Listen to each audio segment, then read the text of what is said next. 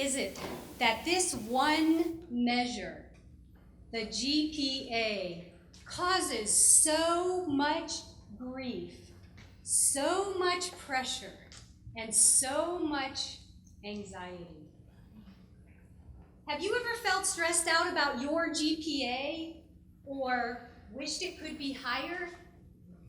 If so, you'll be happy to know that there is a new way to calculate your GPA. Here's why we need a new GPA. A math teacher poses a problem to her students. She says, please calculate how many seconds there are in a year. Immediately, Michael raises his hand. Now, the teacher is a little bit surprised at how quickly she raises his hand, but she calls on him anyway. 12, he says. Wrong. Wrong answer. But the teacher says, but how did you come up with your answer? Well, January 2nd, February 2nd, March 2nd, April 2nd. There are 12 seconds in a year. This sort of learning is exactly why we need a new GPA. It doesn't allow for any creativity. It doesn't allow for multiple answers. And ultimately, it creates stress. When I was in high school, I felt stressed out. My parents wanted me to get a good GPA. They wanted me to get good grades. And at school, I felt like I was surrounded by people who were better than me, people who were prettier, smarter, more athletic, more popular, more whatever. But there was one thing that I felt good about: English. I always knew that I could pull off good grades in English or in classes where we had to write a lot of essay papers for the grade. English was always my favorite subject. And I remember in high school, I started to get to read books from all over the world.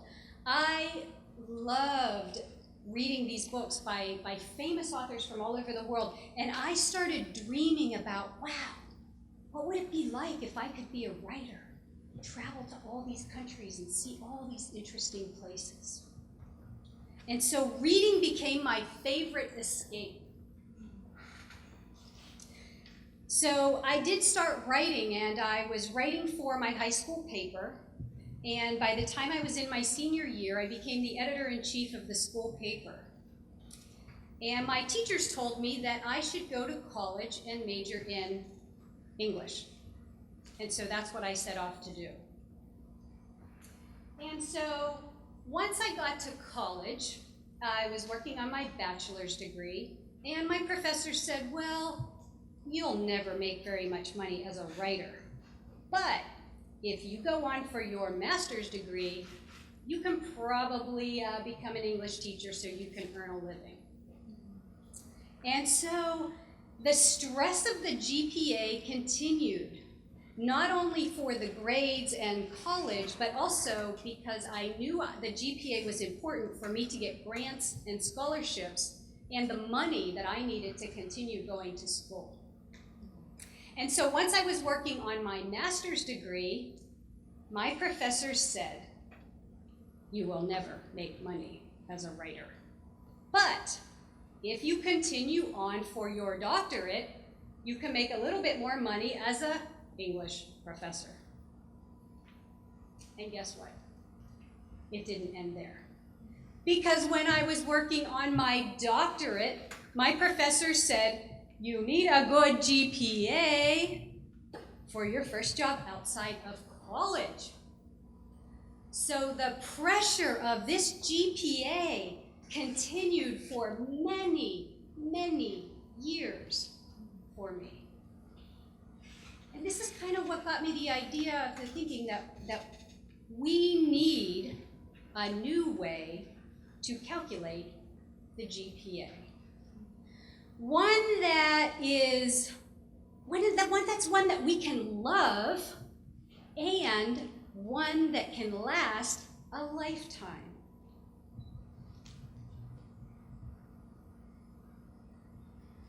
What if we had a GPA that would name our gifts, our passion, and our accomplishments? What if G stood for gifts instead of grades? Imagine what it would be like if at the end of every semester you got together in your class like this, and you got to stand up in front of your classroom, and one by one, all of your classmates and your teacher got to stand up and say good things about you. You were a great lead in our team project. Maybe one day you'll be a business owner. You're a really good listener. Have you ever thought about maybe becoming a counselor or a psychologist? You're funny. I love your jokes. I think you definitely should be a comedian, at least moonlighting as a comedian. Thank you for fixing my computer. You're a good problem solver. You're a good writer. Maybe one day you'll be a best-selling author. Imagine if this is what it was like at the end of a class. If all of you got all this positive feedback from your classmates and you got to learn from them. I mean, think about it. You're spending months with them anyway. Doesn't it just make sense for you to get some feedback from them on how they felt about you and how they worked with you? LinkedIn has a tool like this. It's called your top skills. My colleagues and peers on LinkedIn tell me that my top 2 skills are leadership and training. This is really helpful feedback because it helps me to understand how people perceive me, and it also helps me to understand what I might want to improve on. What are your greatest gifts? What if P stood for passion instead of points? You probably know a lot of people who are pretty miserable in their jobs, don't you? Why live a life being miserable? Why not follow your passion and do what you love to do every day? You might not know exactly what it is yet, but here's the secret to knowing your passion. You follow what you're curious about. You move toward the things that you naturally gravitate toward. There's power in this. Something magical happens, and you experience flow. Here are a few questions you can ask yourself to understand your passion. What is it that you can do for hours and hours with intense concentration and practically lose track of time? What is it that wakes you up early in the morning, or if you're a night person, keeps you up late at night, where your mind just won't stop? What is it that creates extreme emotions in you, makes you extremely angry or happy or sad or some emotion, draws you out? Your passion is your natural source of energy. You have superpowers. You just have to tap into them. Now, don't confuse your passion with your pastimes. We all have pastimes that are a waste of time. Your passion is that which you were designed to do that adds value to the people around you and to the world. My passion is learning and experiencing new things.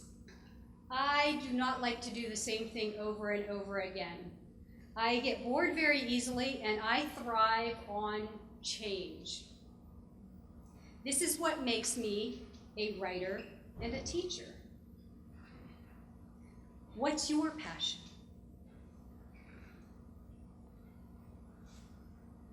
What if A stood for accomplishments instead of average? When you graduate from high school or college, you only get two things: a diploma and a transcript. And on your transcript, there are three main things: all the classes you took, the grades you got, and your GPA. What if instead this was a list of your accomplishments tracked over time, over your lifetime? What if you could have a recording of all the great things that you've done in your lifetime? Imagine how good that would feel to go back and look at it again and again. And when you're going through a troubled time, you go back and look at it. As a writer, I track my accomplishments by things like, how many articles have I published? How many blog posts have I put out recently? How many hits have I gotten to my website recently? How many books have I written? These are measures that are meaningful to me as a writer. What measures are important to you? It's up to you to set your own measures. Imagine how good that would feel. In your lifetime, society will judge you by many, many numbers. Your GPA, your IQ, your height, your age, your weight, how much money you make, your income, your credit score, your net worth. Society is going to put a lot of different numbers on you over time. But don't let any of these numbers get in your way. Wouldn't it be nice if you could have one measure, this GPA, that you could feel good about your whole life and know that it just got better and better?